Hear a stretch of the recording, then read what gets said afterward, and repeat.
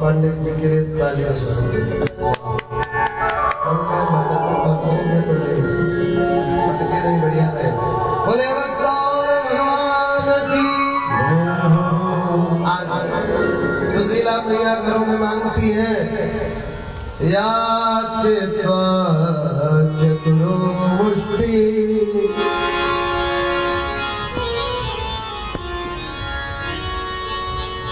याचना की। मैं बिना प्रमाण के कोई कथा या कोई बात बोलते नहीं। या चित्वा चतुरो मुष्टि, चार घरों में जाकर के चार चार मुट्ठी चावल मांग लिए। विप्रान प्रतुक तंदुला, तंदुल मांगे। और एक देवी के घर जब पहुंची तो वो तो विचित्र थी। सुखदेव जी कहते हैं, राजन परिचित, परमात्मा गरीबी दे लेकिन ऐसी गरीबी कर दे। प्यारे, जब आपके घर में खाने को नहीं होगा तो कोई देने वाला नहीं। आपके पास धन धान से आप परिपूर्ण हैं तो आपका मित्र भी घर आएगा तो कहेगा भैया कभी जरूरत पड़े तो लाख दो लाख बताना अंदर। आपके घर में खाने को न हो, मित्र को पता चल जाए मित्र गरीबी में है तो कलयुग का मित्र ऐसा है कि रास्ता बदल देगा। पंचम स्कंद में कथा आती है, कलयुग विदुर मैत्री संवाद में कहते हैं कि कलयुग का मित्र ऐसा होगा, कलयुग में मित्रता उसी से की जाएगी जिस घर की स्त्रियां बेटियां सुंदर। मित्रता का स्वरूप कलयुग में ऐसा है, ज्यादा मित्रता व्यक्ति कोई आपसे बढ़ाए समझ जाओ धर्म काला। ये हम नहीं कहते, भागवत कहते 100 में 99 ये कादा सुदामा कृष्ण जैसी भक्ति वाला मित्रता वाला होगा। अन्यथा ऐसा मित्र मिलेगा कि जिस थाली में खाएगा उसमें छेद कर देगा।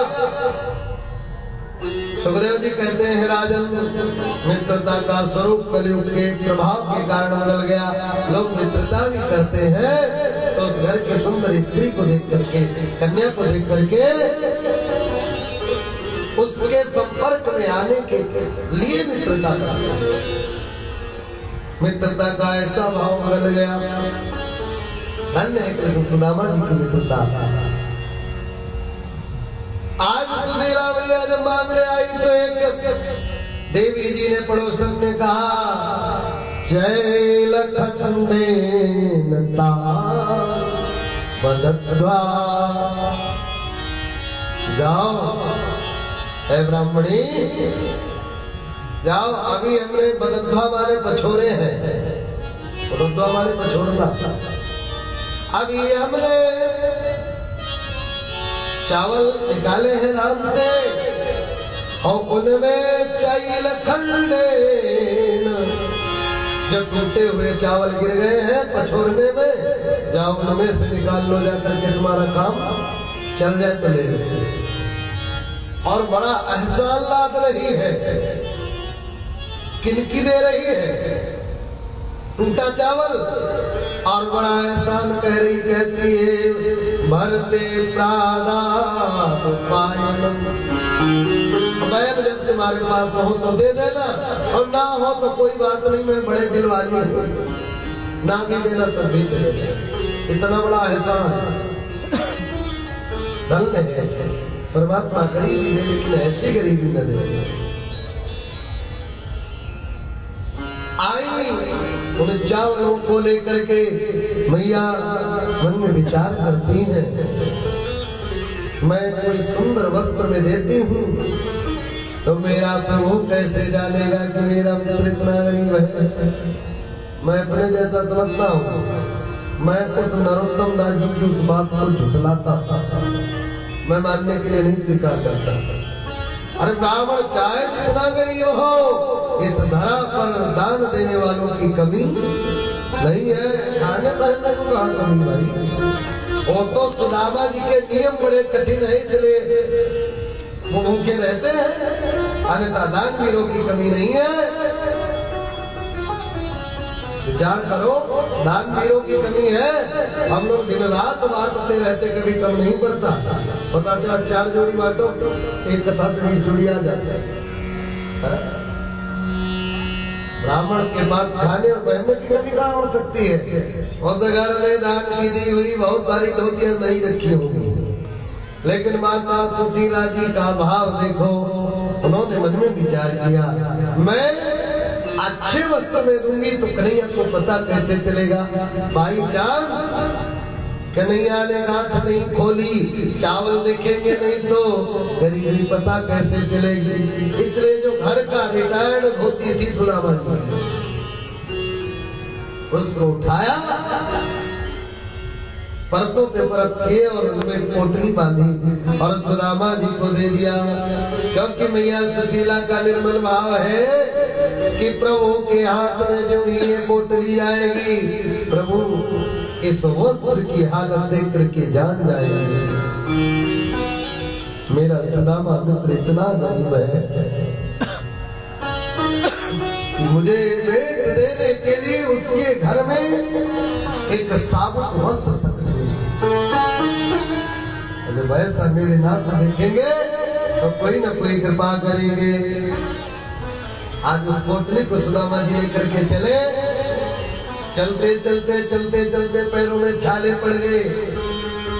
द्वारिका नाथ का द्वार तो नहीं मिला, लेकिन एक नदी मिली के किनारे सुदामा जी थके हुए, आप मेरी नाव में बैठ जाओ, पार कर दे। कन्हैया ने जब ऐसा कहा, सुदामा जी ने कहा मैं नाव पर नहीं बैठूंगा क्योंकि मेरे पास देने के लिए उतराई नहीं है। कहा कोई बात नहीं भैया, आप द्वारिकानाथ के यहाँ जा रहे हो, द्वारिकानाथ छत्री है और छत्री के घर में से ब्राह्मण जाता है तो बहुत दक्षिणा सत्कार पाता है, तो इसलिए चिंता मत करो, वहां जाओगे जब दक्षिणा मिलेगा तो वापसी में हमें दे देना। सुदामा जी ने कहा ये बन जाएगा। और वैसे एक बात बताऊं, इस भाव सागर से सबकी नैया तो कन्हैया ही पार करते हैं, वही तो कन्हैया आए हैं। कन्हैया ने वालों पार किया, सुदामा जी चले, एक जगह वृक्ष के नीचे सहता रहे थे, इतने में थोड़ा विश्राम किया, इतने में गरुड़ जी को कन्हैया ने भेजा, सोते हुए सुदामा को मुख्य द्वार पर उतार दिया। सुदामा जी भटक रहे हैं, चौंक गए, कहते हैं प्रभु को